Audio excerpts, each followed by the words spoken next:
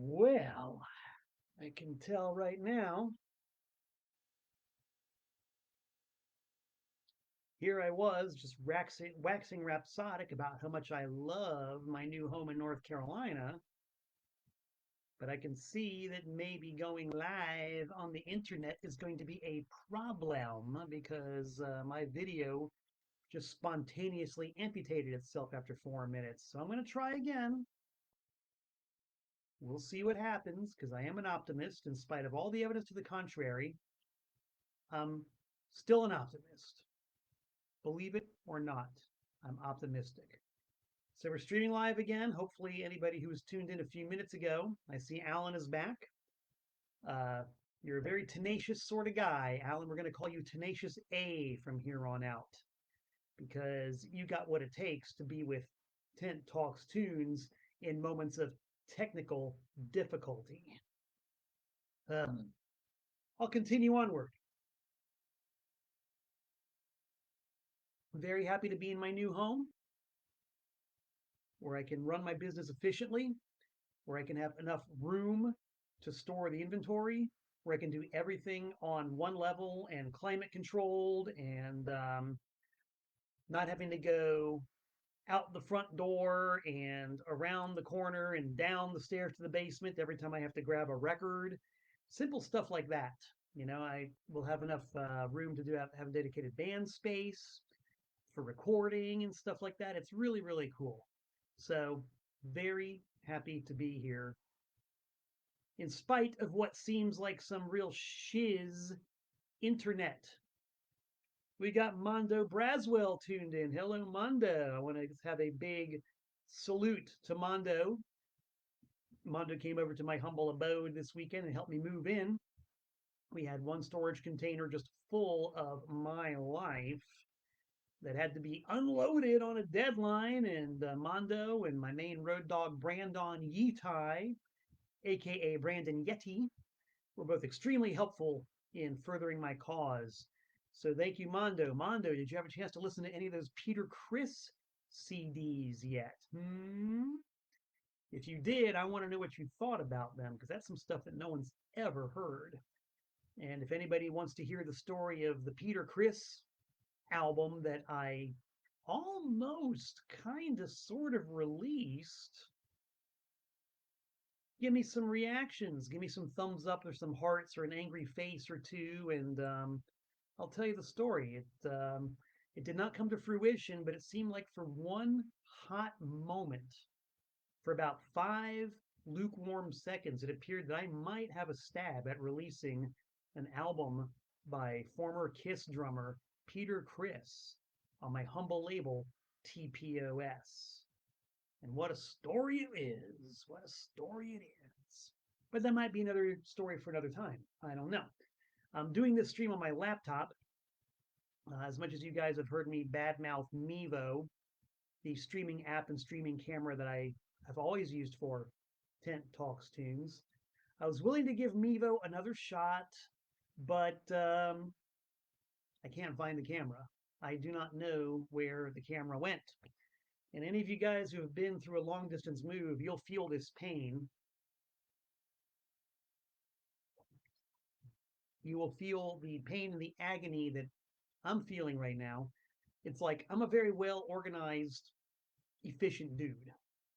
I'm really good at Tetris. I'm really good at packing and organizing.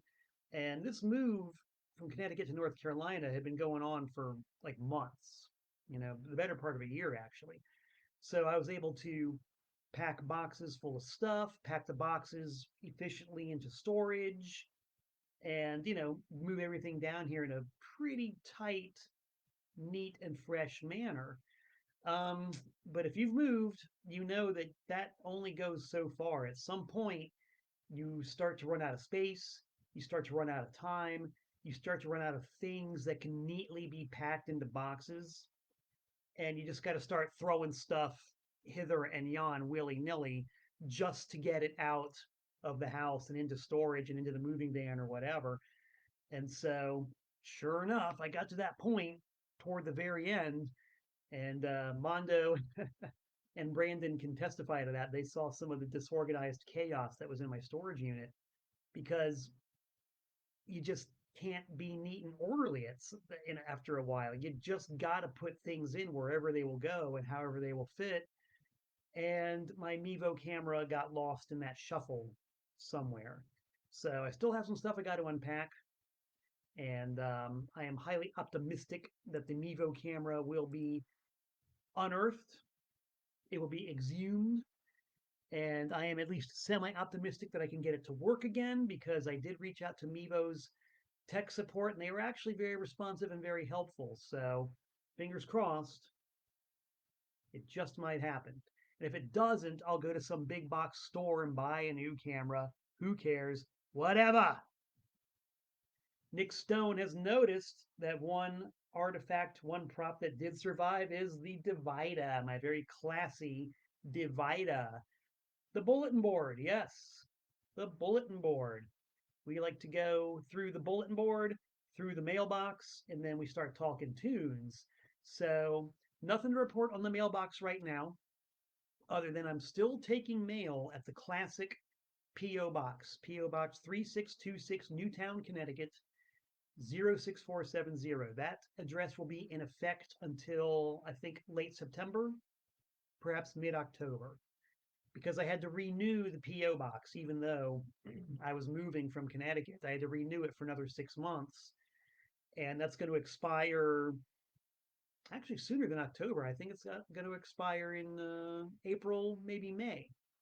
So until at least April, maybe May, I'm still taking mail at P.O. Box 3626, Newtown, Connecticut, 06470, and it is being forwarded to me here in North Carolina. So if anybody wants to send me anything, feel free. I can send you stuff because I got a post office just down the road. All things are possible, even though I am now 810 miles away from where I was before. Things are good. Things are rocking. Things are rolling. Oh, yes. So, yeah, Nick Stone, he noticed the backdrop, and the backdrop, as is my fashion, as is my habit, I have crammed the backdrop with things going on. I got stuff going on, man. Just because I moved 810 miles doesn't mean that the clock is stopped on my action packed agenda. Mm-mm. The pages of the calendar keep on flipping, flipping, flipping into the future. What have I got going on? Well, I got my first gig as a North Carolinian. Don't know if you guys can see this, but this is a flyer for a show February 27th of this year. Yes, February 27th, a matter of only a couple weeks away. I'm making my concert debut as a permanent North Carolina resident at the Grind Cafe in Morganton, North Carolina. I'm sharing the bill with the one, the only Joe Buck. That's right. The gig is being billed as Malcolm Tent versus Joe Buck. And I'm sure that it is indeed going to be quite the rumble. Because when you have two titanic talents of that stature sharing the same stage in Morganton, North Carolina, things are going to happen. Now, I don't know if this show is sold out. The seating is extremely limited, and you can get tickets in advance from my good pal Stacy Peak at his very fine retail establishment, Green Eggs and Jam, right there in the middle of beautiful downtown Morganton, North Carolina. You can find him on Facebook. He's on my friends list. Green Eggs and Jam is out there on social media. Do it. You don't want to miss this. You don't want to live in eternal regret. You don't want the rest of your life to be completely wretched because you missed Malcolm Tent and Joe Buck on stage in Morganton, North Carolina, February 27th. Oh, yes. Nick Stone wants to know if the water tastes better in North Carolina. Well, let me tell you, Nick. I don't know if the water tastes better or worse. It's different. The water here in Newton is fortified with different chemicals, trace minerals, heavy metals, pollutants, precipitates, and sediments than what I'm used to back in Newtown, Connecticut.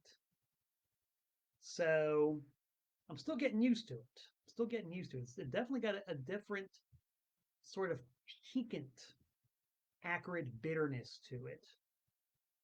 And I'm sure I will get acclimated at some point because I have no choice. I have no choice. I live here now. What comes out the Newton tap is what goes down my gullet. Like so. Mm-mm-mm. Yeah, it is a good kind of water, definitely. And it's going to keep me hydrated and alive long enough, at least, to play with Joe Buck on February 27th at the Grind Cafe in Morganton, North Carolina. And theoretically, to carry me on to the next round of anti-scene shows. Oh boy. Look at that. One, two, three, three, three big concert events. Anti-scene. Allow me, please, to turn and face the bulletin board so I can read the details off to you with my squinty eyes. Don't have to squint that much. There you go. March 6th, 2025 at Tribbles in Piedmont, South Carolina. South Carolina being the state of my birth. How's that for a trivia fact? Anti-Scene, Blue Ridge Death Cult, and more to be announced. You better believe it. We're very good at announcing things here. Tribbles, Piedmont, South Carolina, March 6th. That's a Thursday. I have played Tribbles before when I was doing my bit with Profanatica. We played there, and I got to say, I really loved Tribbles. The venue is named after Mr. and Mrs. Tribble, who own the venue. It's not abandoned, an old refurbished gas station. It's atmospheric. It sounded great in there, and the Tribbles treated we, the talent, wonderfully. So I'm looking forward to this one. I think this is going to be a lot of fun. Anti-Scene and the Blue Ridge Death Cult at Tribbles in Piedmont, South Carolina. Blue Ridge Death Cult, by the way, is the band of Zach Hembree. And if any of y'all are anti-scene fans, old or new, the name Zach Hembree should mean something to you. His new band on stage with us. And if you saw that and you think you have what it takes to survive that experience, well, you can go down to Hotlanta, Atlanta, GA, at our home away from home, the Star Bar in Atlanta. It is anti-scene, it is Bigfoot, and no, that's not merely a gratuitous picture of Abdullah the Butcher. That is a real teaser for what's happening at the gig. Yes, Mr. Abdullah the Butcher, is going to be at our concert at the Star Bar in Hotlanta. He will have his merch table set up. He will be setting a great example for everybody by charging money for autographs and photos. You better believe I'm saving up some money for that. You know what I'm going to do when Abdullah the Butcher is at our gig in Atlanta? I've got my copy of Anti-Scene's Falls Count Anywhere album, which has a song all about Abdullah called Dear Abby. You better believe I'm going to get him to sign that. Oh, yeah. I will fork out the dough very happily for that because we're talking about Abdullah the Butcher. WTF. He came to our show the last time we played in Atlanta, and it was a career highlight. I'm still kind of geeking out over it. Now he is actually going to be a part of the show right there, March 7th, Star Bar, Atlanta. You really should be there. You really should be there. How about March 8th at Johnny Mac's? What town is that in? Fairhope, Alabama, which is in striking distance of Mobile, Alabama. Yes, we are playing with our good pals Future Hate and Kelsey Ray Copeland. That's three extremely different types of acts on one bill. And that's going to be cool. That's going to be fun. That's going to be exciting. So that is the latest update on Anti-Scene. We got some stuff happening in April too. We'll cross that bridge when we get to it. I'm not ready to start talking about that one yet. But all I will say is Pennsylvania, Ohio, and New Jersey? Don't know about that yet. Pennsylvania, yes. Ohio, yes. Yes, yes, yes. My three favorite words, unless we're talking about the band, yes. In which case I say no, no, no. Just say no to yes. Nick Stone wants to know if there's any news on the Bloody Apostles. Well, kinda. There ain't no Bloody Apostles. Bloody Apostles are done. D-U-N, done. I hate to say that. Um, I wasn't really going to go out of my way to make any public announcements or anything like that. But since you asked, I might as well. Oh man, did this thing stop?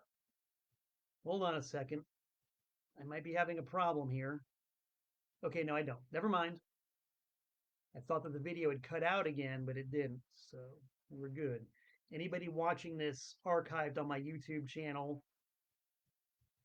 like so, or Facebook, just keep in mind this is what happens when you go live. Anything can happen. It ain't necessarily all going to be good. So yeah, on a similar note, yeah, Bloody Apostles are done. I hate to say it. It was fun while it lasted. It was a great project. We wrote some really cool tunes. We played a couple of awesome gigs. Released one killer record, I dare say, on the Hell's Headbangers label. And we kind of came, we saw, we conquered, we split. So it was a sort of short-lived super group, but it was a super group, and I'm very happy with what we did, and I'm very proud of what we did.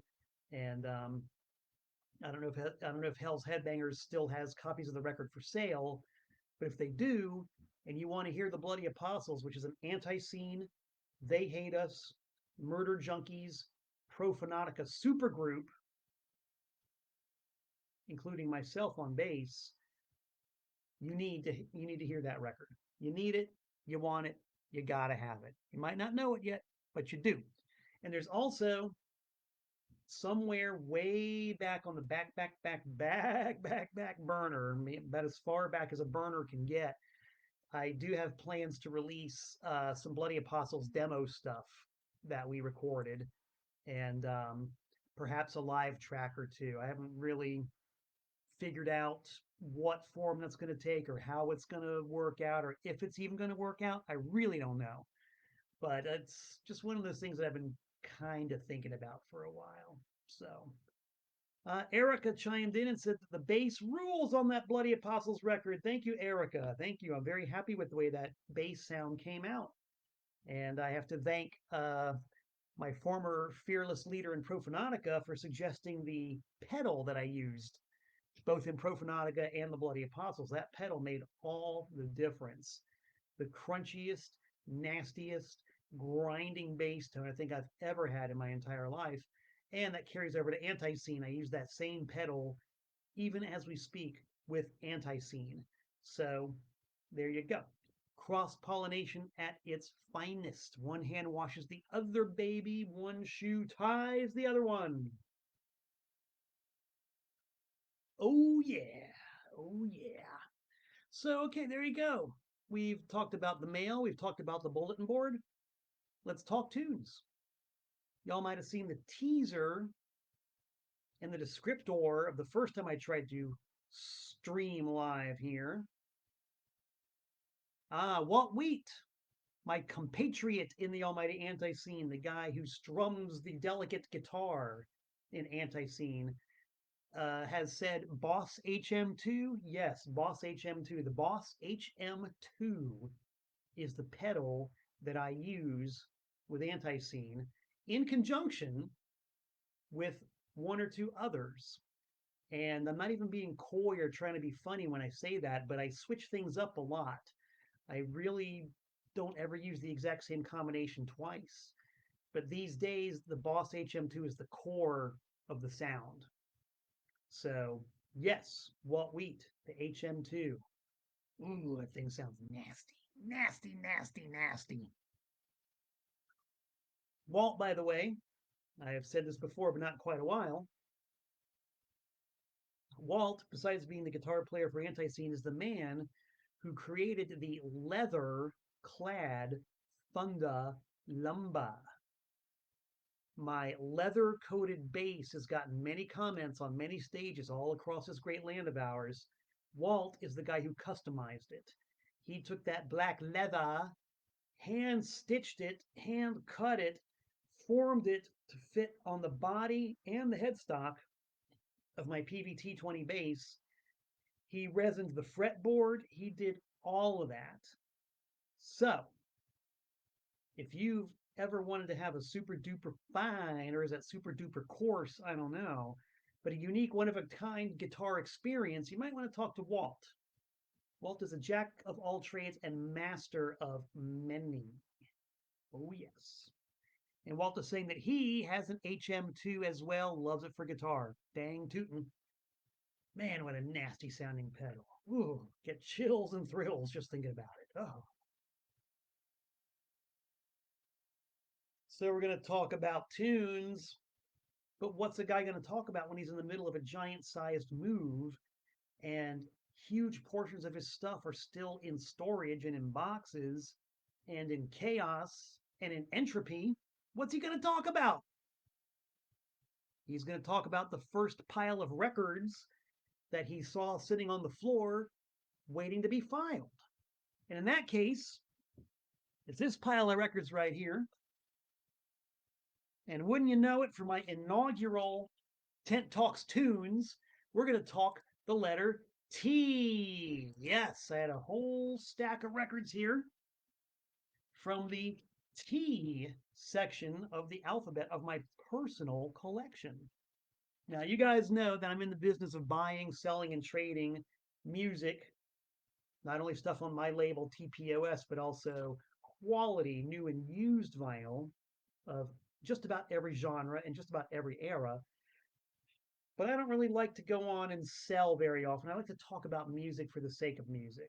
So the vast majority of these are not for sale, but if you want a glimpse, yet another glimpse, yet another glimpse, yet another glimpse into the personal record collection of Malcolm Tent, you are in for a treat, because I have some T's, which are just waiting to be filed. But before filing them, I'm going to show you what's in my bin, starting with the letter T. How about this? Trooper. Yes, Trooper. One of Canada's premier fine hard rock, occasionally poppy, but always tasty rock bands. Trooper. I first heard about Trooper via a Trooper tribute CD that came out, I think, in the early 2000s. It was all Canadian bands doing covers of Trooper songs. And it featured SNFU, it featured Thor, the Rock Warrior. I think DOA was on there. Don't quote me, but I think DOA was on there. Um, can't remember exactly who else was on there, but basically every tune on that compilation totally rocked. It was great. SNFU, I forget what song they covered, but SNFU did an awesome cover of a Trooper song, and that sort of made me really curious to check out Trooper. And so, luckily, Trooper is an easy band to collect because you find their stuff in the cheap bins quite often. I don't know if that's justified, but Trooper just never really broke in the States, even though they were on a major label, in this case, the thrice damned and double cursed MCA Records. And as you can see, this one is a cutout. I don't know if that was a promo or if it just ended up in the cutout bins, but it did not sell truckloads. Not ample quantities enough to stay in print. But it's got some good tunes on it. It's got some real good tunes. It's even got the guy featured front and center wearing the bald guy's cap. There's just something about 70s albums and 70s groups where you've got the one guy wearing the bald guy's cap. You always know when a guy's wearing a cap like that there ain't nothing underneath. And lest anybody think that I'm living in a glass house, I'll show you what I got right here, okay? See how that gleams? See how it shines in the light? I go au naturel, baby. What you see is what my hairline's got. But Trooper, yeah, they rock. They're really cool. Like them quite a bit. This is one of several Trooper albums I have in the personal collection. Now, here's something I never, ever, ever would have dreamed that I would really come to dig the Turtles as much as I have come to dig them. I'm pretty sure I've talked about the Turtles before on Tent Talks Tunes. Everybody knows their big hit, so happy together. So how's the weather? Ba, ba, ba, ba, ba, ba, ba. Great pop tune, but it's been done to death. The Turtles were actually really good. Like everybody in that band was a top shelf musician, top shelf vocalist, and they could write songs. I mean, their stuff kicks butt. Their early stuff, from which this album is a representative of that era, to me, it sounds a little too LA, a little too 65, a little too birdsy. It's kind of derivative. But as their career went on, and by the time they made their last proper album called Turtle Soup, oh man, these guys were firing on all cylinders. This album produced by Dave Davies, I'm sorry, Ray Davies, is magnificent. This is an album that once again you find in the cheap bins quite a bit. Pay the whatever, $4 or $5. If there is even such a thing as a dollar bin anymore, pay the buck. If you like super tasty late 60s pop music written with intelligence and tons of hooks, the Turtles, Turtle Soup. Song on this album called Love in the City. If you guys want to hear one of the most magnificent pieces of delicious pop music from that era, Love in the City by the Turtles, produced by Ray Davies. Hardly gets better than that. Mark Deal says when the Mothers brought them out, that's correct. After the Turtles broke up, or be more accurate, after the Turtles gave up because their record company, the aptly named White Whale Records, after their own record label basically sabotaged their career and they had to quit, uh, Mark Volman and Howard Kalin, the vocalists, and Jim Pons, the bass player, ended up joining Frank Zappa in his 1971 version of the Mothers. And, let's face it, you don't join Zappa's bands unless you are indeed a mother. So that should tell you something about the Turtles and the quality and the caliber of musicians and writers that they were. I mean, Ainsley Dunbar, come on, Turtles. Wowie zowie. Next to Turtles in Malcolm Tent's personal collection, you have Turner. Yes, this is the Ike Turner Family Vibes record. You want to talk about funky and badass and low down. Okay, yeah, we know that Ike Turner as a human being was pretty funky and low down. But as Bruce Springsteen said, trust the art, not the artist. Um, no one can ever deny this guy laid down some badass funky sides, and this album is just crammed full of them. And look at that great cover art. Early 70s. That's the outside. That's the inside. You just looking at this album, you know that it's going to kick ass, and it does. I believe it's all instrumental. I don't know if you can quote me on that, but I'm pretty sure it's all instrumental. Tina Turner's not on it, and I wouldn't testify that Ike Turner had a vocalist in his band besides her.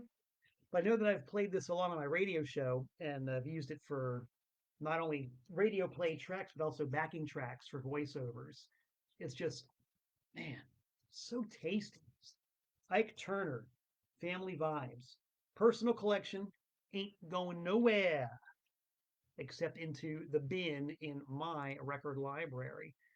All right, you guys want to talk about some really shiz hot 1970s UK rock music soaked in the blues, but not done in the traditional, predictable, boring white boy blues fashion?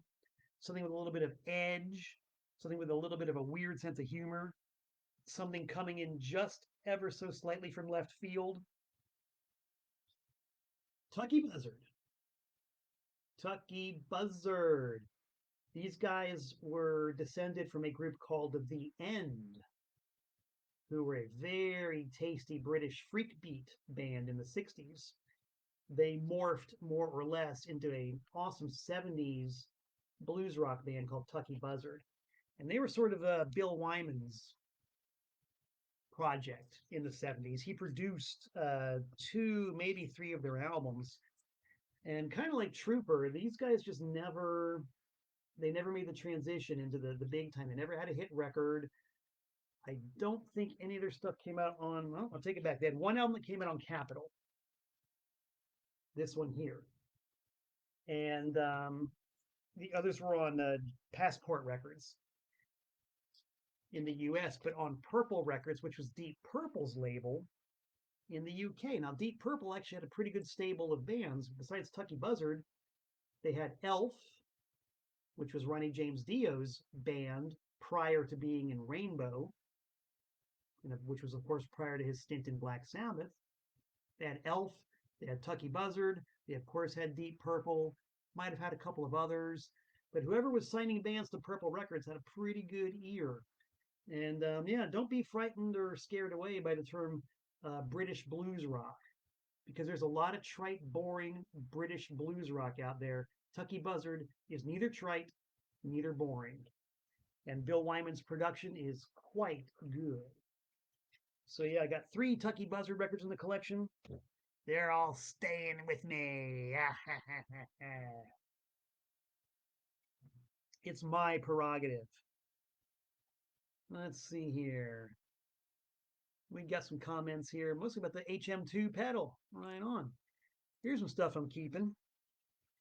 Anybody who's watched this show more than once knows that I am a fiend for the Velvet Underground, and that includes plenty of Velvet Underground side projects, for the most part not including Lou Reed.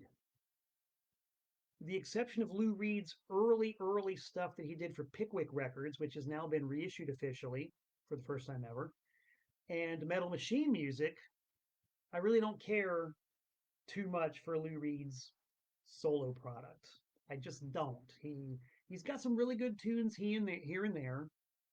His lyrics are pretty kick-ass, but I don't know. For whatever reason, it just doesn't click with me. There are certain bands that are like that who you think I would love. Jeff Clayton yesterday on his own show, Break On Through, made the salient observation that I don't like Blondie. I don't like Blondie. I just don't. You'd think I did. You'd think I would. You'd think that Blondie would be a perfect band for me to love. Intelligent, great image, super good looking female front woman who is also extremely intelligent and very funny. Song titles like Kung Fu Girls, Rip Her to Shreds, Ex Offender.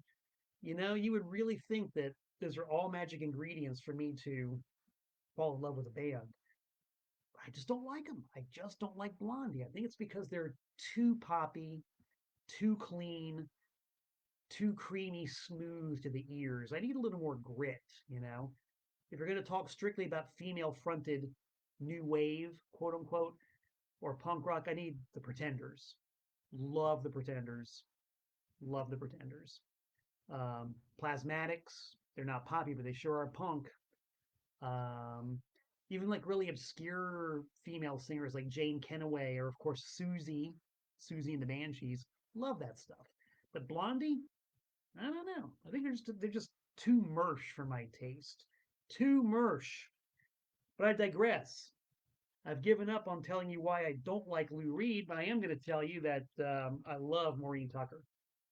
The great Maureen Tucker, one of the finest drummers ever to sit behind a drum kit. You listen to the Velvet Underground and listen to that primitive heartbeat, mama, 1 2 3 4 1 2 3 4 drumming. quite often nothing but a snare and a floor tom, not even a floor tom, a full-size bass drum turned on its side and played with mallets. Maureen Tucker is a goddess of the drums and also a pretty dab hand at recording her own great albums. This is her first one from 1981 called Playin' Possum. Great, just great. Originals, covers, her little girl singing voice, which you might know from a couple of Velvet Underground records. Fantastic lyricist. She's written more songs about being a blue collar worker that strike home than pretty much anybody I've ever heard, except maybe Falkland Turner Overdrive. But Maureen Tucker, for a long time, was a, I think, key punch operator at Walmart before Walmart was the worldwide phenomenon that it is now. You know, it was just a regional, maybe even just Georgia based chain, like Georgia, Arkansas, whatever. She worked there and she hated it. She hated it. And she wrote so many songs about how much she hated working that job. Um, Lyrics just simple, to the point, no nonsense, no bullshit. Kind of like Charles Bukowski's poetry. The language is very simple, but extremely effective. I love Maureen Tucker, and I've got quite a few of her albums. Here's one. This one kind of relates to her experience in the workaday world. This is called Life in Exile After Abdication. And Maureen Tucker did an in store appearance at my record store, Trash American Style, in 97, 98. And I, of course, had her sign everything I possibly could, including the label of that record.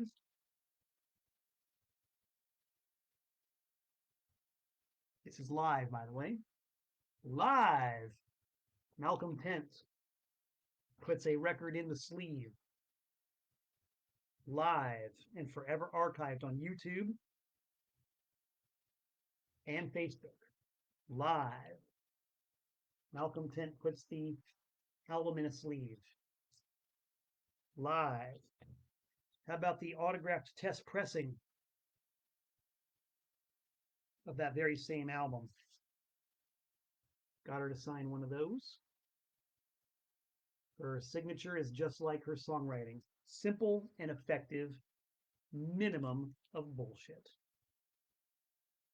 Love Maureen Tucker's solo stuff. Love it. John Bridges, Mr. John Bridges, aka John the Baptist, aka King James Jr., aka the lead singer of the Street Clones, is tuned in. He says, have I seen the Mo Light, Mo Heat bootleg LP, which is a drums version only of White Light, White Heat? I have not. I've seen it posted around, but I got to admire the chutzpah to whoever not only created it, but went through the trouble to press it on vinyl. That's the brilliance that I love. That's kind of in the same vein as this album called Grotesque Rescue, which some of you guys might have heard of. Grotesque Rescue is an amazing record where somebody isolated all of the vocals from the second Fall album called Grotesque and put it on the instrumental tracks of the Rolling Stones' Emotional Rescue. And it works. It totally works. It's like the same number of songs. The songs are basically the same duration. So it's like Marky Smith doing his thing on top of the Rolling Stones. Grotesque Rescue, it's called. It did get pressed on vinyl. I've seen cassette versions of it. It took me a lot of internet sleuthing till I was able to finally locate a downloadable version of it. It's out there. If you look hard enough, if you want to hear it, you can find it. Grotesque Rescue by Faxed.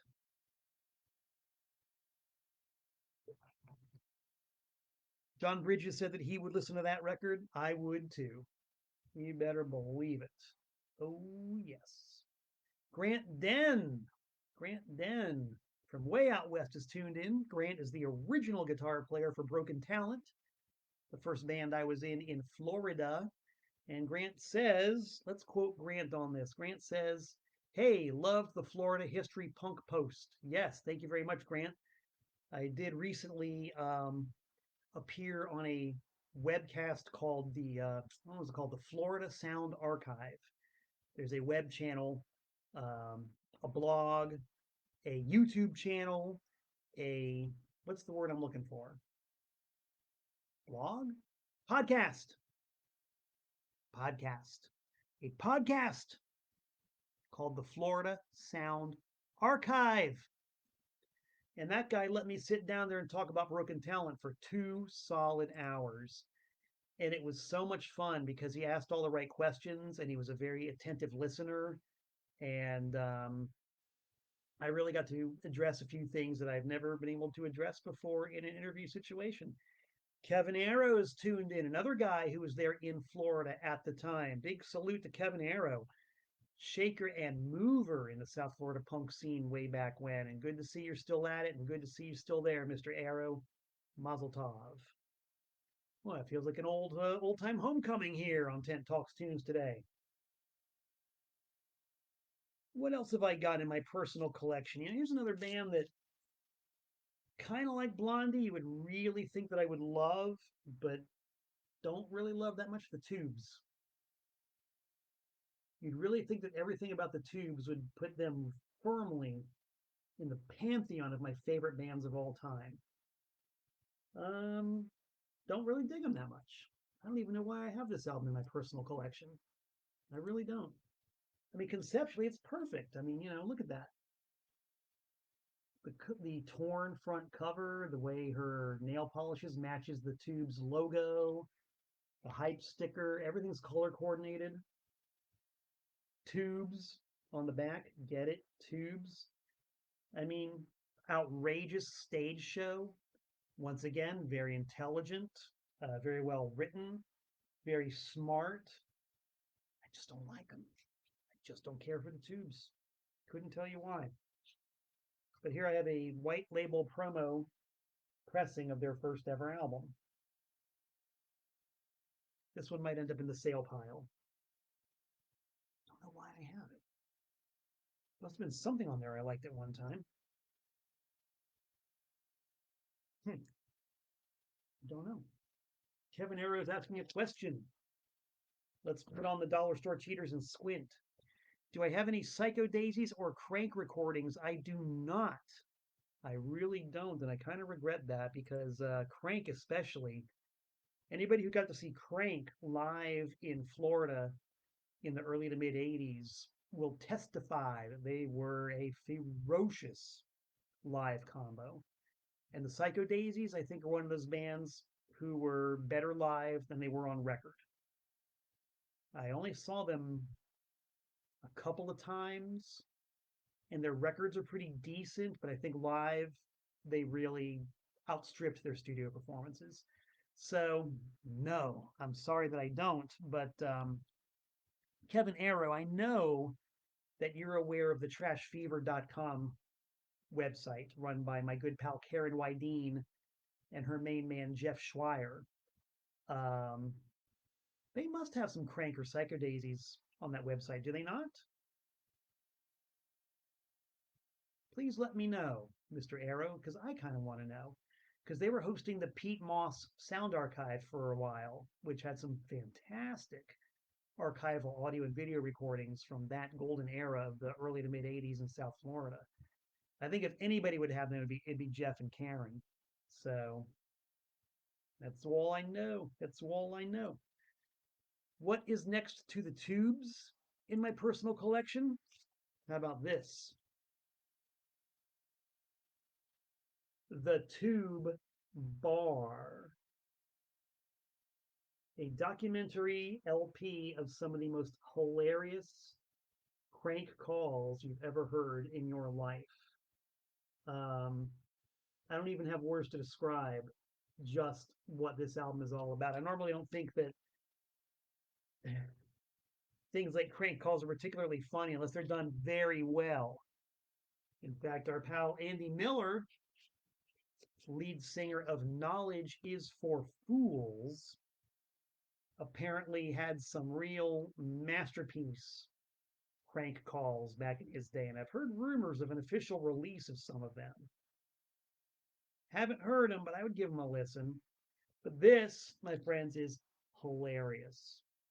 Look it up. If you like subjectivist, surrealist, real time, funny stuff, tube bar. This stuff is wackadoodle, let me tell you. What have I got next to the tube bar? We got the Treacherous 3. Yes, the Treacherous 3.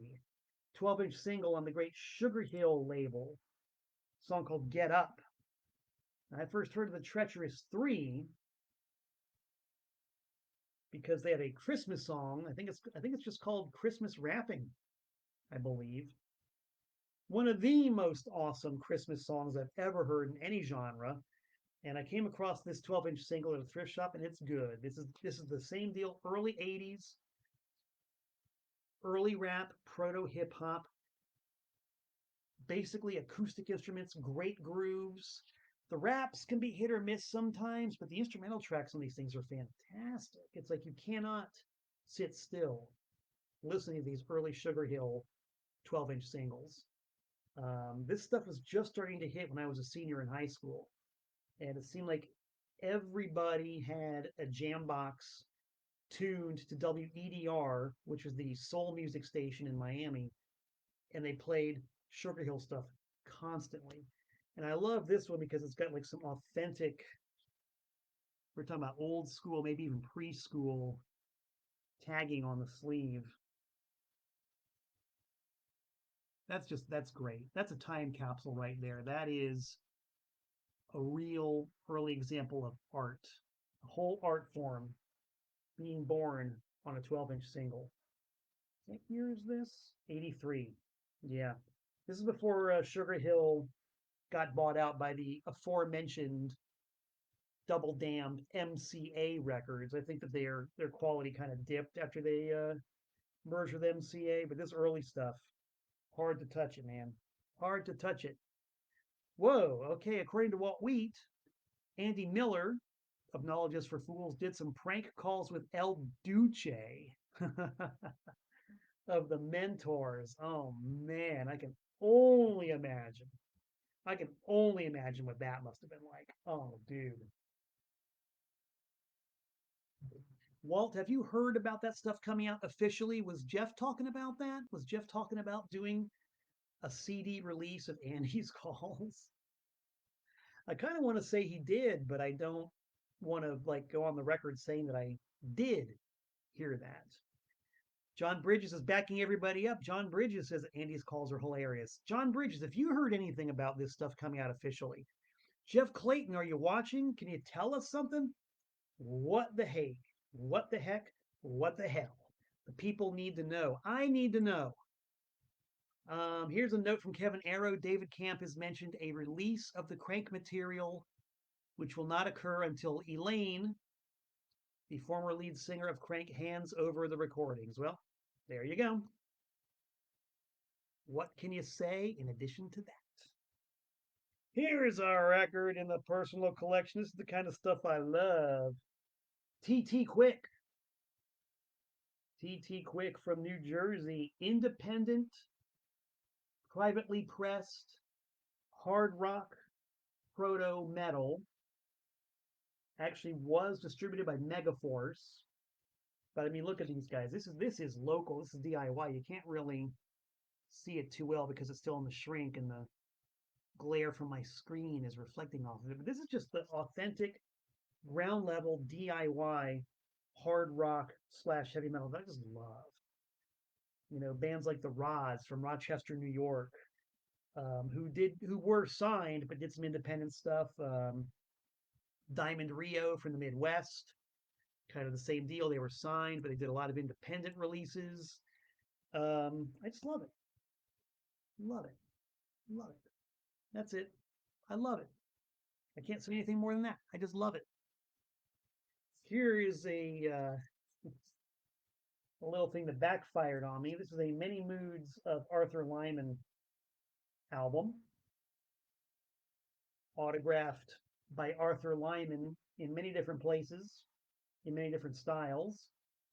No, Arthur Lyman did not autograph this record in 5 or 6 different styles of handwriting. No, this is when Tsunami and the Lilies, two very, very tasty 90s bands, played Danbury, Connecticut. And I thought I'd be a funny guy and have them autograph an Arthur Lyman record. So, of course, every one of them signed it Arthur Lyman. Now I know I'll never do that again. More, more, more.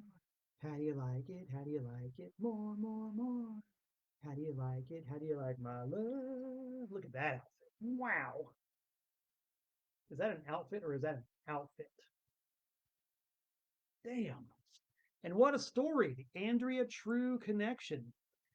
This falls in the category of stuff that you cannot make up. Andrea True, a porn actress who was in Jamaica making a movie. While she was there, there was some kind of coup or banking crisis or something like that, where people were not allowed to export Jamaican currency. And of course, while she was in Jamaica, she'd gotten paid in Jamaican currency. And so there she was, stuck in Jamaica, not allowed to leave the country with the money she had earned. So she decided to take that money and go to a recording studio and record a disco album. And had a big hit. The song More, More, More. Big hit. This song was on the radio almost 24/7 on Y100 in Miami when I was a kid. What's the year on this? 76. Man, prime time for disco. This is like before disco was so completely 100% commodified. Golden era for disco. And the story behind it is one that you just cannot make up. And it's a great tune. She peaked very quickly after that. She apparently spent a lot of money on things like full page ads in Billboard magazine, full page ads in Billboard magazine, stuff like that. That's a good way to flush all your money down the toilet. And apparently that's what she did. Let's see. Here is a band, Tristessa. Why do I have a record by Tristessa on the Gravity label? Apparently it's got 3 real good songs on it. Those are my notes from when I had a radio show. Have not heard this record in a very long time. Because I haven't been on the radio in almost 5 years. I'll have to play it. War Trooper. Trooper, trooper, trooper. Here you go. The Tremolos. Formerly known as Brian Poole and the Tremolos. Trivia fact, any people out there who know their Beatles history may know that on January 1st, 1962, the Beatles auditioned for Decca Records in London and were rejected. They did not get the recording contract that they wanted, and thus the history of rock music was inevitably altered forever. But who did get the contract? Tremolos. They were the ones who got signed to Decca rather than the Beatles. And that's not necessarily a bad thing because A, the Tremolos put out some kick-ass sides, I think far more so in the later part of their career. They just got better as they got older. And I don't know if the one song I love is on this. No, this has got a few really good tracks, but they have a single called Let Your Hair Hang Down. Let Your Hair Hang Down by the Tremolos. Heavy bass, wicked fuzz guitar, heavenly harmonies on the choruses, funky grooves. Let Your Hair Hang Down by the Tremolos. If you want more, I won't say easy listening because it's not easy listening, but it sure is easy to listen to. Check that one out. Let Your Hair Hang Down by the Tremolos. Oh, yes. We're getting to the bottom here, which is good because we're getting to the end of the show. I'll just throw in the last few more. More disco. The Tramps, Disco Inferno. They almost stole the show on the Saturday Night Fever soundtrack, and their album's pretty dang good too. Kind of the same deal. The front is very emblematic of the era, but tell me if that's not a band who knows how to present themselves. Is that a look or is that a look? Bands just don't look like that anymore. I think bands should look like that these days. All acoustic, all analog, all tailored threads, matching uniforms, more or less matching hair. Dude, presentation. It's all about presentation. Presentation! Here's an album I love. Oh, man. Do I have it on vinyl or I only have it on CD? Trans Am. Acoustic drums and analog synthesizers. Heavier than a 5-ton feather. Trans Am. An album that sounds very cool. Cool as in temperature, as in it sounds like it's being lit by fluorescent tubes. That's how cool it is. Love Trans Am, love real drums, love analog synthesizers. And I love to say, that's it. I'm done, guys. I'm done. That was a really fun journey through the land of tea here on Tent Talks Tunes. I will do one more T word, and that is teaser. I have decided once and for all, come hell or high water, Lord willing and the creeks don't rise, that 1 week from today, which is what date? February 19th, 2025, after much talking, after much hemming and hawing, after a major move from Connecticut to North Carolina, after having it proofread by a couple of reliable proofreaders, after having it vetted out by people who know what they're talking about, in 1 week, I'm going to go live on Tent Talks Tunes with my much threatened, much promised armchair psychological evaluation of G.G. Allen. I'm going to do a deep dive into the psyche of G.G. Allen. My goal is to put to bed once and for all the various YouTube psychologists out there who have done their analyses of the guy based on the Wikipedia entry. The story is far deeper, far more complex, and much more fascinating than any psychologist analyzing a Wikipedia entry. I've been working long and hard on this thing, and I'm doing it next week. Even if I have to do it on this crappy laptop camera, it's happening. I've just said it publicly. That means the word is out. Anybody who knows me knows my word is my bond. And this is, like I said, Lord willing and the creek don't rise. If technological failures don't sink me, but you know what? They're not going to sink me. I'm either going to do it on this laptop, I'm going to do it on this broken phone. It's going to happen. 1 week from tonight, 7 p.m., YouTube channel, Malcolm Tent, Tent Talks Tunes, psychological deep dive into the universe of G.G. Allen. And I'm actually going to be making an event page for that and getting the word out because I want people to see this. I want people to see it. I want them to hear what I have to say. I want them to critique what I have to say. I want to hear from people who are knowledgeable about the subject, and I want to get a good discussion going. So that's the goal. 1 week from today, February 19th, 7 p.m., Tent Talks Tunes, G.G. Allen Psychological Deep Dive. You heard it here first. And that's it. I'm out of here, guys. Thanks for tuning in. It's really good to be back. It's been a long time coming. May this be the first of many Tent Talks tunes from my new home base in North Carolina. I'm going to use for my end card a hot flash of the flyer for the show on the 27th of February, me and Joe Buck in Morganton. Don't forget it. As I mentioned before, it is my full intent to be back here in about 167 hours. So until we meet again, this is Malcolm Tense saying so long from the Tar Heel State.